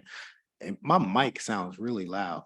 But what's the average completion time for people who pay for it versus, you know, because we're giving it away for free. And so like, what is the motivation? And, you know, we can compare that. But then the other thing is learning Salesforce is not like a hobby kind of thing. You're really doing it because you want to go work somewhere and use the software. And so like, do we have employers on the other side of this thing? And like, how much OJT money do we have? Because like, if a student knows, hey, I get an OJT and then there's an employer at the end of this, they're not going to take 200 days to finish this thing. And so like, if there's no value at the end, then they're probably just like, you know, they'll do it when they do it. But if they know, you know, Southern California, Edison, the gas company, because all of those companies, they use Salesforce and they all have gaps in learning. And then none of them have people who are really like certified. You kind of just learn it if you're working there. And like, so like, do we have employers lined up at the end of this thing so that, you know, because if they knew that, they would complete it faster because I can go get a job. I think we'll invite Michael. We have the benefit of having Michael Younger here with us. Can we ask IT, like the mics? I don't know, they're doing something weird. Again, Michael Younger, VP of Workforce Strategy and Innovation. Board Member Williams, you actually pose a great question, and that's part of what we're building in terms of the workforce development ecosystem. So what we're standing up are partnerships specifically by program area. We also know that the stat is very clear in terms of our research that something like 80% of small and medium-sized businesses leverage Salesforce, right? CRM technology. And so that is part of our kind of research and design to ensure that we're identifying based on where the student sits, where the student is located, what employers are specifically in those key regions. So absolutely, that is a central focus for our design for not just the entry and their matriculation through their studies, but also that output of that positive market outcome. Next up, we have Aguinaldo, Grande, and Legrand. And Anderson. And Anderson. To Trustee Williams's point, it also reminds me of my Peloton app, which never calls me a weekend warrior. I think that's the farthest thing from what I would be characterized as. So I just wanted to tag on to something that Thomas mentioned about the 3 takeaways, and Pam, you touched on this as well. Not only are we taking away the timeline and the fact that we're creating a space for creation, but it's also that our learners should not have a shadow of a doubt that they can do this. It's not like an intervention where you're trying to find more hours in the day, like fit 28 hours into a 24-hour time period. It's just a minor tweak where you're essentially learning how to project manage. And to Ajita's point about learning translatable skills, one of my fears is that they learn in this structured environment that has a lot of scaffolding. And then when you go transition to the next step, you're lost. So hopefully this is a translatable skill that you can carry into the workforce. So my question though is, do the learners in the pilot feel like they're in the pilot? Meaning, how disruptive is it to roll something out like this at this highly iterative pace? Because if the learner decides to enroll in a different program that doesn't have a timeline attached to it, are they now sitting here going, why don't I have the same tools at my disposal since it hasn't been deployed more broadly? It's an interesting question. I'll take a first stab and then welcome any of our research partners on the phone as well. And of course, Ajita's perspective. I think this one was done in a pretty seamless way because they had all of the same supports, like Tom was mentioning, that our students who were in the pilot and not in the pilot. It was just one additional tool that we incorporated into the experience that they were having. Otherwise, when they met with their student support specialist or when they met with their counselor or when we check, when our outreach was able to be much more targeted. So all of our students get outreach messages, but these ones we were able to say, based on the timeline that you picked, here's how you're doing against that, which feels different than, hey, you finished X% or something. It's much more personalized and the student sees themselves and feels themselves in it. And so we incorporated that effort in a way that didn't feel like you were in some experimental zone, but was a natural part of the work. And then we also iterated continuously based on what seemed like it was working. Oh, we're getting this response, or we're not. Let's try with this next batch of students to get to hone and to, based on data and based on what we were seeing with students, refine what we were doing. So I do think, will there be some where it might feel more experimental or something different? Maybe, but I think we have tried to do it in a way that feels really just a part of the work and that it's just part of being a Calbright student. And we on the back end try to be extra intentional. I don't know, I've looked at our numbers and we don't have that many students that are across programs in that same way. And each program is different in its own self too. They might be on a different LMS platform, or they're a different length or a different skill or a different way that we interact. And so I think any of the supports that are relevant and do transfer across with the same impact, we would make sure are available. But I definitely don't think anyone felt like a guinea pig in any way. It was just when it worked, we're able to help it work for more people. Welcome anyone else who would want to comment on that too. The only insight I would throw in is pulled directly from some of the interviews we actually held with students who were participating in the Timelines pilot. Because we rolled it out at a sort of onboarding cohort level, students who were using Timelines, I think, thought everyone was on a timeline. And when we talked to them, many of them were actually surprised to know that timelines aren't just a standard staple of the Calbright experience. The other thing I'll say, though, is that students, I don't think they had a perception of being experimented on or anything like that. They totally got it. We were very transparent with them. We're building Calbright. It's a new thing. We're trying to make it work. These timelines are actually a new idea. What did you think? How could we make them better? And they totally got it. And they were very open with their feedback. The final point I'll throw in was kind of a coincidence. One of the students in the pilot had actually done another Calbright program. And so he was actually able to do the experimenter's dream, sort of have that counterfactual. And his comparison of a Calbright program without timelines and with was really validating and consistent with the pattern we saw in the data and the direction I think Calbright's going in of trying to actually mainstream the timeline model or kind of similar insights and similar structure across other programs as well. Grande. Thank you, President Costa, and thank you, Marissa and team, for this presentation. I have two questions, but I want to start with just an observation. Marissa, you had mentioned, here was this group that was receiving the timelines, and you thought, well, why don't we just give it to everyone? Which to me, I'm processing that as this is so non-questioning. We anticipate that this is something that everyone would benefit from. This is something that everyone is doing. So therefore, why take a sample, just roll it out to everyone. And it also made me think of the number of times I've heard data presented on our credit-bearing students when they talk about those who enroll in more units, take more units, complete more units. It's like, it seems like it's unquestioning. Of course, that just makes sense.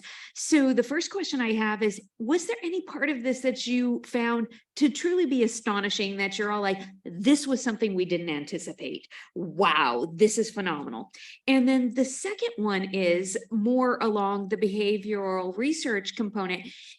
We have the opportunity for them to choose different timelines for themselves. What is special or unique about students who shift timelines? Because one of the comments that was made is there's this flexibility to change. I would like to know about the students who are changing their timelines. And do they, as this group, get to see other students' timelines? Not identified as this is Marissa's timeline, but the average student takes this amount of time. This is the timeline that you've selected for yourself. Are those individuals now choosing a shorter timeline based on what the rest of the herd is doing? Those are all phenomenal questions. Tom, I may turn to you first and then piggyback on it as any, but absolutely, because I'm so kindred spirit. I'm so appreciative of the questions too. Tom, I'll let you take it first and then dive in if relevant. Totally. Gosh, so much to say. I think that question of, how do we, we don't want to just give students a menu of here are 6 timelines, pick one. And so we put a lot of thought into how do we figure out the best way to help students make the right choice for them, give them the information that's relevant, but also, help them ask the right questions along the way so that they get to the right answer. And I think, right now we try to keep it lean. We don't want to put a whole bunch of, 1,000 questions in front of students to try to ultimately get to the best timeline. But we've got a number of questions that we've iterated on with input from students, from some instructors that really get to how much time do you have? What are other responsibilities you've got? What are your completion goals? What's your comfort with technology? A number of factors that we found are good at sort of predicting whether or not students are able to stick with their timeline. You also asked a really good question about switching. And I will be the first to tell you that one of our key learnings early on was we were a little too ambitious in constructing the initial set of timelines, and we rapidly pivoted and extended them. We sort of reshifted. We originally had students on timelines as short as 60 days. I think now the shortest in CRM is 90, and we've sort of reshifted everyone to a longer timeline. We found that early on, to the extent students were shifting, they were shifting almost, I think in every case, to a longer timeline. And so these kind of learnings along the way, though, I think are helping us reinforce what we've done with CRM, definitely giving us directions to explore with other programs that we are going to have different structures to them, and there's going to be different data that we can leverage to try to answer some of those questions. But I think in the spirit of maybe many answers today, based on the conversation I'm hearing, we've got a lot of hypotheses, not necessarily answers yet. But absolutely, a lot of thought was put into structuring that initial timeline selection and then facilitating really smooth transfers to the extent they're needed to slower timelines, adding grace periods for students who say, hey, I need to take 2 weeks off because of X, Y, or Z concern. I'll pause there. I know that was a whole lot of content. I hope that it addressed some of those really excellent questions. And Marissa, maybe I'll volley it over in your direction. Sure, I'll make just 2 additional comments to that. In terms of the wow question, I definitely think when we looked at the results, we hypothesized that this was going to be good, but when we looked at that, we all said, wow, for sure. And I think too, the team engagement in the process.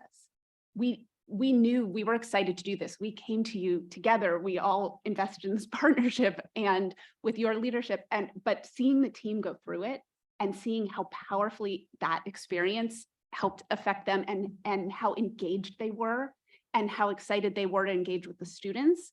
Also, the data, it wasn't just numbers, right? The fact that our students were speaking to us both through their engagement with our team and through the numbers just added so much more depth that I think we hypothesized that. We knew these design mindsets, but seeing it in practice and seeing how it's impacting the team and how excited they are to continue to do the work in this way, I think was just incredibly inspiring for some of us, for all of us probably. And then I wanted to pick up on one other theme you mentioned, which is how motivating it is potentially to see what others are doing. And Ben, I don't know if you want to speak to any of that, but we have one of the national experts in on this topic of nudge and other things, because I know research has shown that it is powerful when you see how others are doing and put it in context. And so, Ben, I just don't know if there's anything you want to say on that, because I do think we've thought over time how to share not just the generic, here are your choices, but here's how others are doing, here's how others like you, or here's, which again resonates even more. Ben, anything to add there in terms of that point? Just briefly to reinforce that, and I think to connect it back to something Tom referenced, I think a very exciting area for future work is in this realm of enhanced peer support and interaction, given the potential within Calbright for students to be more individualized. We want them to be individualized. We want to support them to approach Calbright in a way that works for them, and to provide opportunities for peer connection and support. And one of the beauties of this broader partnership is that in addition to the tremendous expertise that Tom and colleagues bring, Dr. Aram, Dr. Zhu have tremendous expertise in the realm of student engagement, peer interactions, and support. And so as excited as we are for, I think, what the team has collectively achieved in year one, I think we're that much more excited for the year coming forward. And I think a central focus will be in this realm of peer engagement support. So I'll stop there.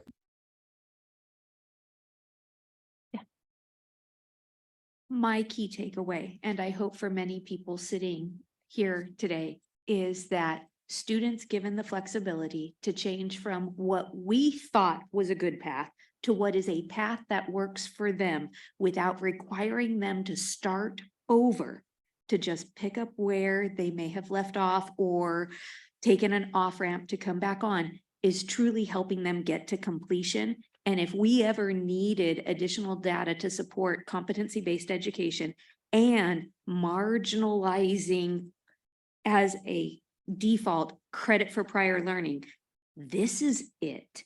And our traditional system that says, if you can't keep up with my timeline, I'm encouraging you to withdraw and start again at the starting line, doesn't work. So thank you. Thank you. We have next Board Member Legrand, Anderson, and then back to Williams.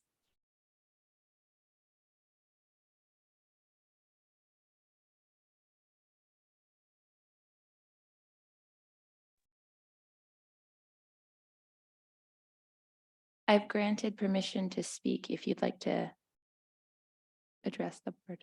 Harry, are you there?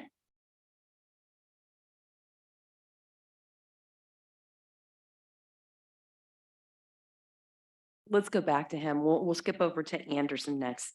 Thanks. This has really been fascinating. You know, I put it in the context because, you know, we've been through so much, you know, as Calbright over a period of years. And I think about, you know, how is all this going to be received when it gets to the legislature?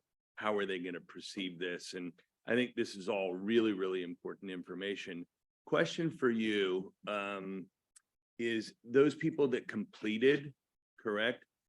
Are we tracking them after they complete? And do we know how many of them have actually received a job, received a promotion, used it from the standpoint of enhancing their current career environment?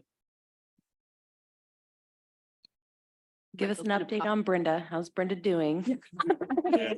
Well, you know, again, Michael Younger, VP of Workforce Strategy and Innovation. I am so thrilled by the questions this informed body is asking. It really means you're deep into wanting to ensure that the students of Calbright are so successful. So I'm grateful for that. So we did do a deep dive into our current completion base, and we did an audit essentially. And of the individuals that we've observed, which are greater than 150, more than half of those individuals actually are in current full-time employment and have received a positive market outcome after they've interacted with Calbright. Now, what we're building is the infrastructure to be able to spot check each and every graduate to be able to understand where they've landed. As you all know, as we work with EDD and others, those indicators are lagging, right? That's naturally the case and has always been the case.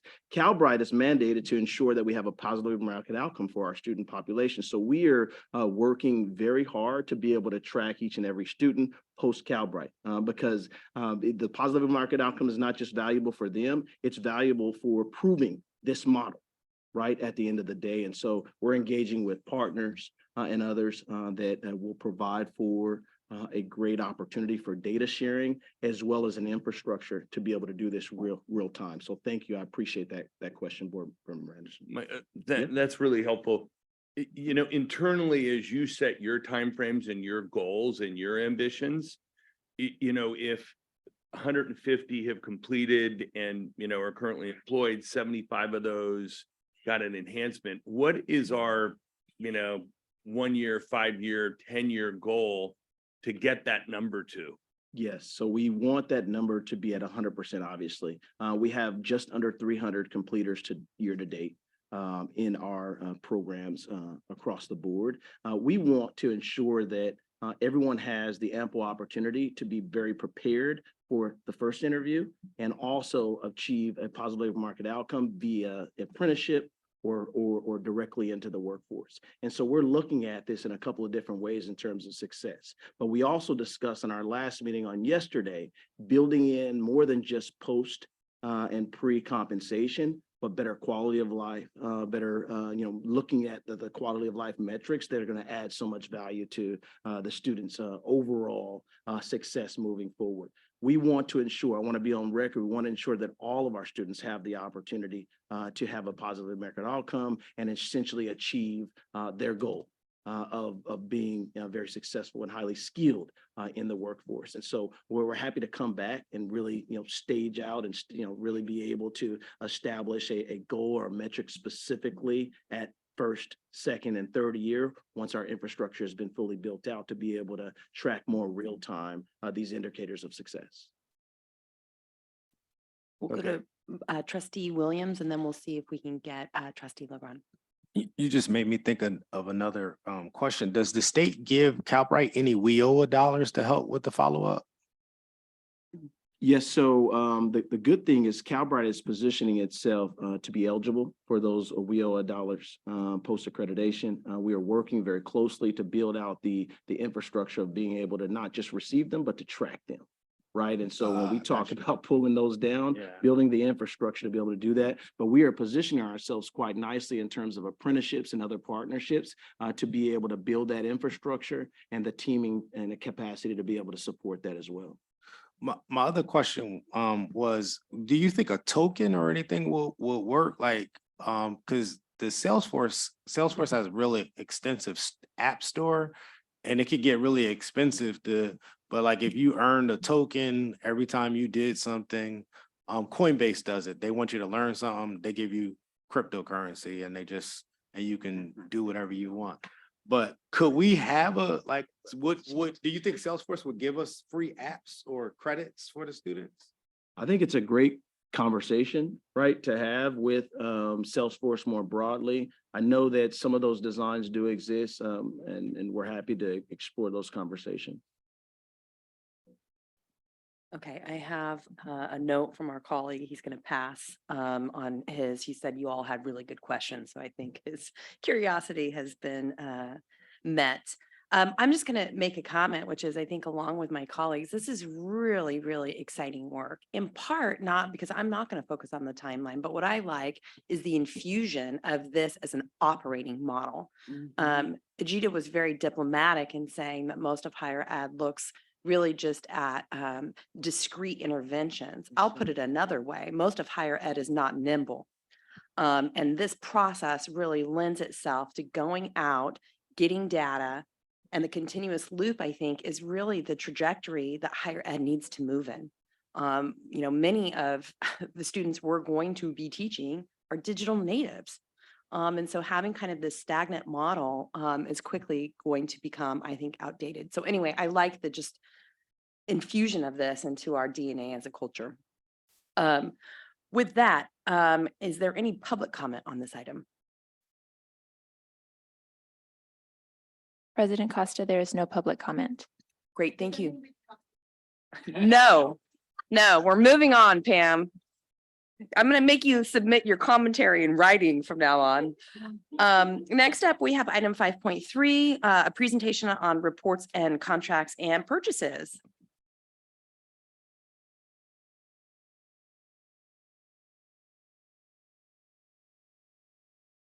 Good morning, President Costa, Vice President Aguinaldo, and members of the Board of Trustees. For the month of June 2023, we have 17 contracts with a maximum total of approximately 1.1 million. To be exact, 1,109,320. Also in the month of June 2023, we have purchases totaling 163,574. Thank you, colleagues. Any questions or comments on this item? Seeing none, is there any public comment on this item? President Costa, there is no public comment. Great, thank you so much. Appreciate the report.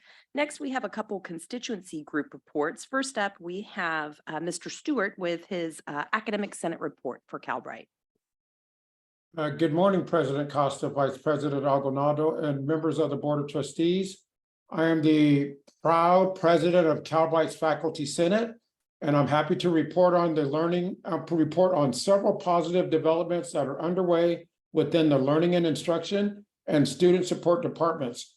But before I begin, I must have a disclaimer that there will be some acronyms in this document. So President Costa. As long as you walk us through them, we'll be all right. Please be aware, I just wanted to put that disclaimer out there for you. And I have spelled them out. So to start, our counseling department, our counseling faculty have created drop-in hours to provide opportunities for students to ask quick questions while having space for building community with their counselors. These drop-in hours allow students to receive prompt answers to their questions instead of waiting for a traditional appointment. Our faculty and counseling are creating short videos to provide engagement with students outside of texting and emailing. And additionally, faculty want to make videos to address common student issues so that students have the necessary resources that they need. Moving on to our instructional side, our curriculum and assessment development faculty are working with key stakeholders to create an automated spreadsheet in order to provide access to student proficiency data. They're working on supporting the redesign of the data analysis program, working with the subject matter experts, SME, for those acronym deficient individuals who need it spelled out a little more, and I understand that because SME is a little hard.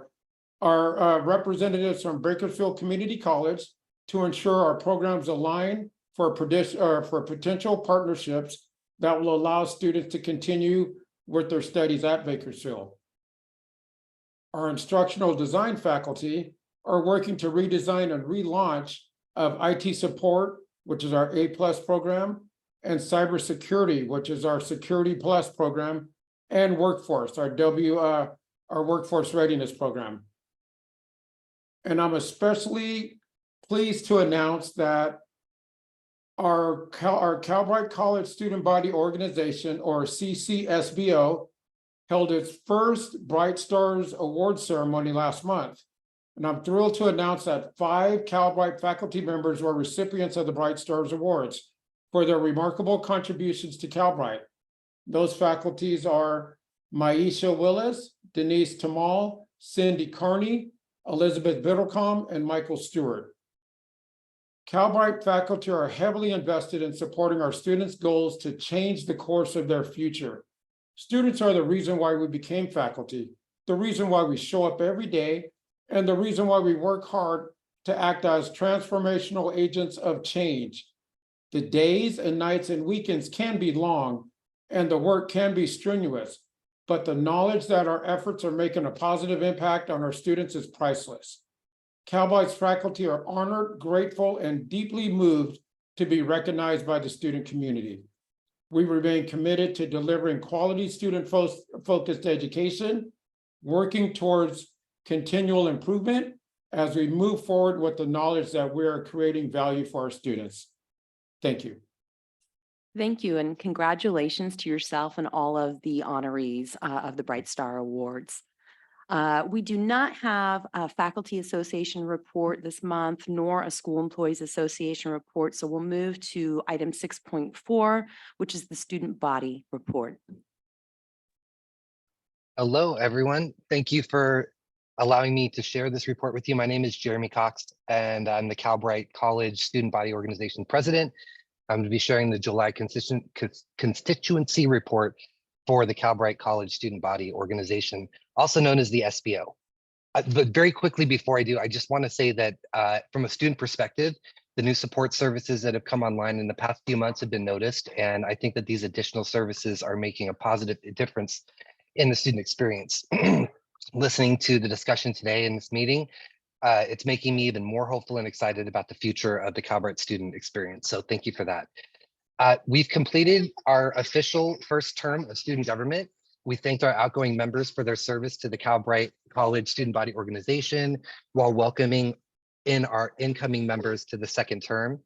As the SBO, we established our goals for the upcoming term, as well as completed the National Society for Leadership and Success, that's known as the NSLS program for leadership development.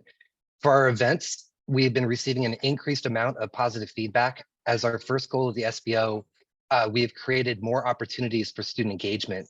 We're in the process of selecting our membership to sit on committees for future opportunities, further opportunities for student involvement, especially for new students at Calbright.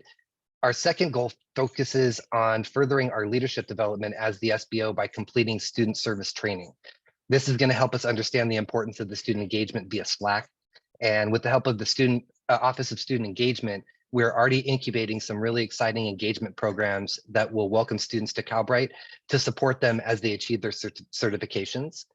It will also help build a sense of belonging and community. Additionally, we're happy to announce that we created an inaugural Calbright College Bright Stars Awards that Michael mentioned, which celebrated those making a difference at Calbright College. It was a huge success and we had a great turnout, as well as a lot of engagement by everybody in attendance. I'm also happy to report that we have every position in the SBO filled this term. That's something that we were not able to accomplish in the first term. We also had more applicants than seats to fill, which was very exciting for us. Our second term members are myself returning as the SBO president, Mekala Hiriana, who will be continuing her role as the vice president.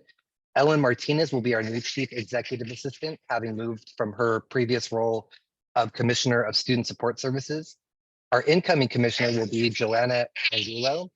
Vanna Wong will be staying on for the second term as our commissioner of alumni services.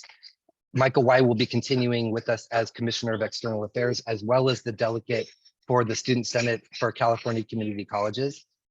We have a new events coordinator, Melvin Hunt, and then we're also welcoming 3 new commissioners of academic affairs. We have Alicia Rangel, Elizabeth Walders, and Haley Wise. We're very excited about the second term, and I'm personally very excited about showing the future progress of this SBO team. Thank you very much. Thank you. Wonderful to hear you are at full complement as an organization. So thank you. With that, I'm going to open it up to members of the public. If there is any member of the public that wishes to be heard. President Costa, there's no public comment. All right, with that and with the business of the Board of Trustees completed, we can now adjourn. Thank you for your participation. And another early